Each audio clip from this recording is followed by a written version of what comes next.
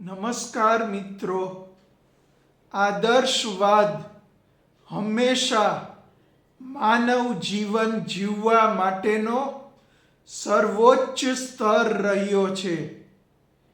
અનાદિકાળથી માણસ આદર્શ રીતે પોતાનું જીવન જીવવા માટે પ્રયત્નશીલ રહ્યો છે. છતાં હજી આજ સુધી કોઈ પોતાના વ્યક્તિત્વમાં કે પોતાના જીવનમાં આદર્શવાદની સૌથી ઉચ્ચ કક્ષા સુધી પહોંચી નથી શક્યું. હા, ભૂતકાળમાં એવા અનેક લોકો થઈ ગયા છે જેમણે બને એટલો સારી રીતે આદર્શવાદનો નિયમ પાડીને પોતાનું વ્યક્તિત્વ ખીલવ્યું છે અને પોતાનું જીવન મહેકાવ્યું છે. મહાવીર સ્વામી, રામ, કૃષ્ણ, બુદ્ધ અને ઈસુ ખ્રિસ્ત આના ઉત્તમ ઉદાહરણો છે. આ મહાપુરુષોએ આદર્શ રીતે પોતાનું જીવન જીવીને બીજા લોકો માટે આદર્શ જીવનનું એક ઉત્તમ દ્રષ્ટાંત રજૂ કર્યું હતું.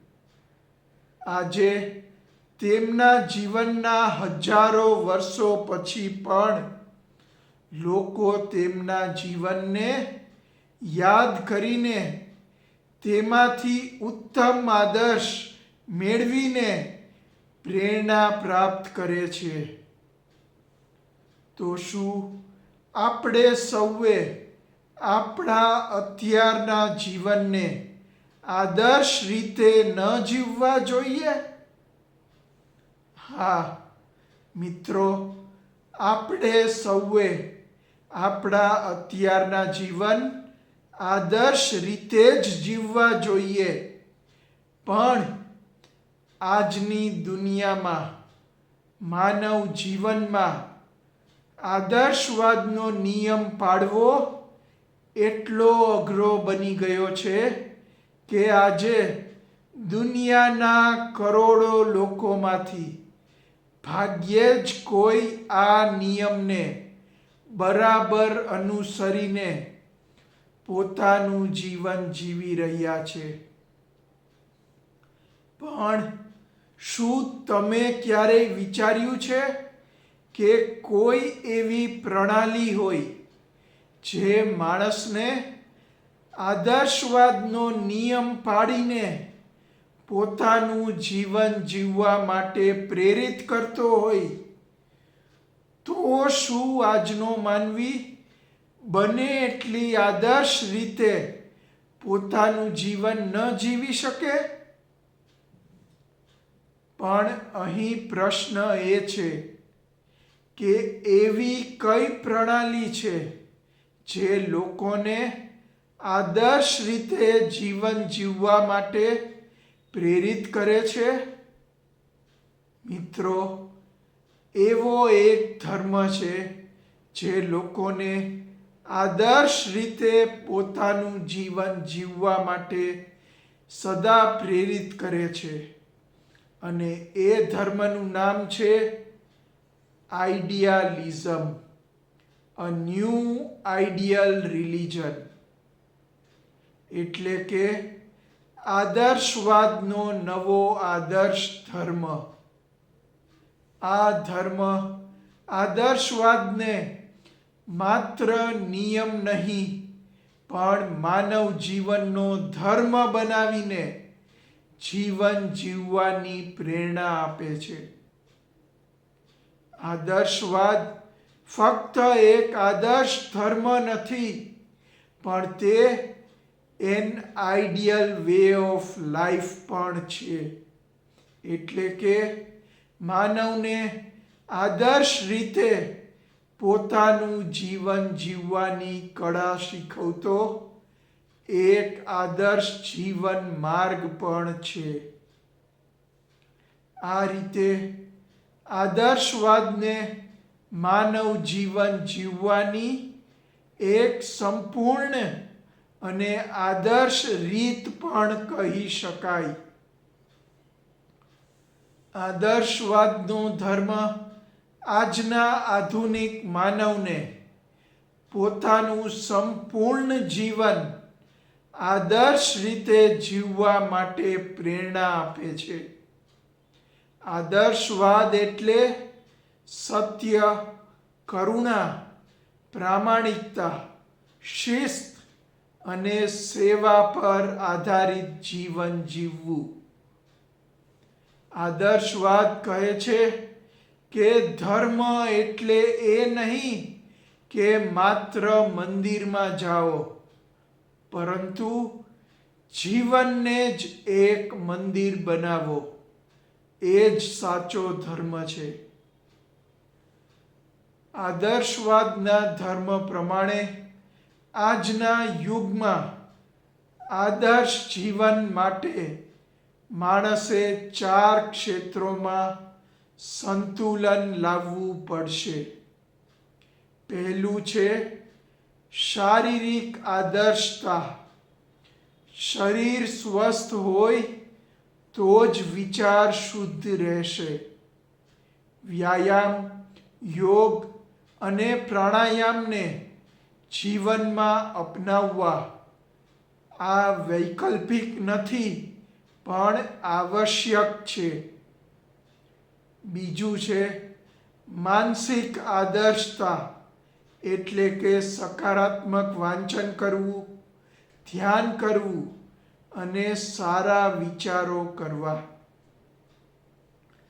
આજના આધુનિક યુગમાં મોબાઈલ અને સોશિયલ મીડિયા પર નિયંત્રણ રાખવું. ત્રીજું છે ભાવનાત્મક આદર્શતા, એટલે કે સ્પર્ધા અને દ્વેષ નહીં, પણ સહકાર, પ્રેમ અને ક્ષમા. એકબીજા સાથે સહકાર કેળવીને પ્રેમ, એકતા અને ભાઈચારાથી જીવન જીવવું. ચોથું છે આધ્યાત્મિક આદર્શતા, એટલે હું કોણ છું, મારું જીવન શા માટે છે જેવા જીવનના મહત્વના પ્રશ્નો પર ચિંતન અને મનન કરવું. આપણા જીવનના ઉદ્દેશ્યને સમજીને તેના અનુસાર આપણું જીવન જીવવું. આ ઉપરાંત આદર્શવાદનો ધર્મ કહે છે કે તમે જીવનમાં કોઈ પણ કાર્ય કરતા હો તો તેને આદર્શ રીતે કરવાનો પ્રયત્ન કરો. જો તમે તમારા જીવનનું એક આદર્શ રોજિંદુ સમયપત્રક બનાવશો, તેને અપનાવશો અને દરેક કાર્ય આદર્શ રીતે કરશો તો સરવાળે તમે એક આદર્શ જીવન જીવી શકશો. હવે આપણે જાણીએ કે આદર્શવાદના ધર્મ પ્રમાણે આદર્શ જીવન જીવવા માટે એક સામાન્ય આદર્શ સમયપત્રક કેવું હોવું જોઈએ. આ આદર્શ સમયપત્રક પ્રમાણે વ્યક્તિએ સવારે 5 વાગે બ્રહ્મ મુહૂર્તના સમયે ઉઠી જવું જોઈએ. પછી અડધી કલાક પ્રાર્થના અને ધ્યાન કરવા જોઈએ. પછી યોગ અને પ્રાણાયામ કરવા જોઈએ.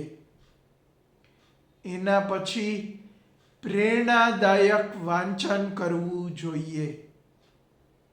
પછી સ્વચ્છતા અને સ્વસ્થ નાસ્તો કરવા માટે સમય ફાળવવો જોઈએ.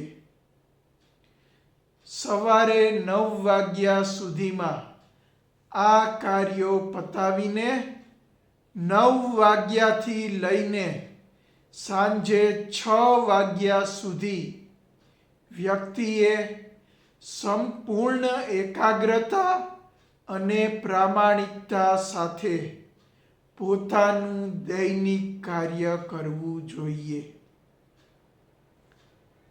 આ સમય દરમિયાન દરેક સાથે સૌજન્યપૂર્ણ વર્તન કરવું જોઈએ, સાત્વિક ભોજન લેવું જોઈએ અને દર 2 થી 3 કલાકે 5 મિનિટનો વિરામ લેવો જોઈએ.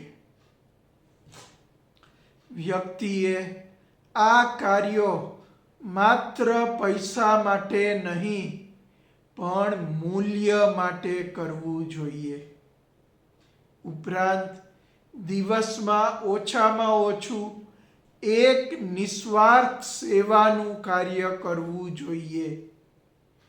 આ રીતે સંપૂર્ણ દૈનિક કાર્ય કરી વ્યક્તિએ સાંજે 6 વાગે સૂર્યાસ્ત પહેલા ભોજન લઈ લેવું જોઈએ. પછી રાતના 9 વાગ્યા સુધી પરિવાર સાથે સમય વિતાવવો જોઈએ. પોતાની રુચિનું કાર્ય કરવું જોઈએ અને પછી આત્મચિંતન અને દિવસનું સ્વમૂલ્યાંકન કરી રાત્રે 9 વાગ્યાથી બીજા દિવસના સવારના 5 વાગ્યા સુધી નિદ્રા લેવી જોઈએ. કારણ કે જો તે યોગ્ય ઊંઘ કરશે તો જ તેને બીજા દિવસ માટે યોગ્ય ઉર્જા મળી રહેશે. આ રીતે આવું આદર્શ સમયપત્રક પાડીને વ્યક્તિ આદર્શ જીવન જીવી શકે છે.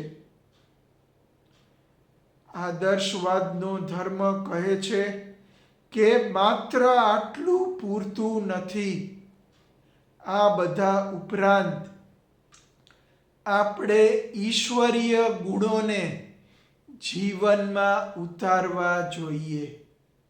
સત્ય બોલવું, કરુણા રાખવી અને નિસ્વાર્થ સેવા કરવી એ પણ એક પ્રકારની પૂજા છે. આદર્શ જીવન જીવવું એટલે પ્રતિદિન પોતાને થોડું વધુ ઉત્તમ બનાવવું. આદર્શવાદનો ધર્મ માને છે કે જો માણસનું આચરણ, વર્તન અને જીવન પદ્ધતિ આદર્શ બની જાય તો એ જ સૌથી મોટી ઉપાસના છે. જો દરેક માણસ આ રીતે આદર્શવાદને અપનાવે તો દુનિયા બદલવા માટે કોઈ ક્રાંતિ કરવાની જરૂર નહીં રહે, પણ દુનિયા આપોઆપ બદલાઈ જશે. જો દરેક વ્યક્તિ પોતાના જીવનમાં આ બધી રીતે આદર્શવાદનું પાલન કરે તો પહેલા સમાજ બદલાશે, પછી રાષ્ટ્ર બદલાશે અને પછી દુનિયા બદલાશે. મિત્રો, આ રીતે આદર્શવાદ કોઈ આદર્શ ભગવાનને પૂજવાનો ધર્મ નથી, પણ આદર્શવાદને પોતાના જીવનમાં ઉતારવાનો ધર્મ છે. તો ચાલો આ રીતે આદર્શવાદને અપનાવીને આપણે માત્ર વિચારક કે ઉપાસક નહીં પણ આદર્શ જીવનના જીવંત ઉદાહરણ બનીએ. જો આ વિચારો તમને પ્રેરણાદાયક લાગ્યા હોય તો આજથી જ તેને અપનાવીને તમારા જીવનમાં તેનો અમલ ચાલુ કરી દો, તો થોડા જ સમયમાં તમારું જીવન બહેતર બનીને સુધરવા લાગશે. આ વિચારો અન્ય લોકો સુધી પહોંચાડવા માટે આ વિડીયોને લાઈક અને શેર કરો. મિત્રો, હવે ફરી મળીશું આઈડિયાલિઝમના ધર્મની વધારે વિસ્તૃત માહિતી મેળવવાના એક નવા અધ્યાય સાથે. ત્યાં સુધી અલવિદા. નમસ્કાર.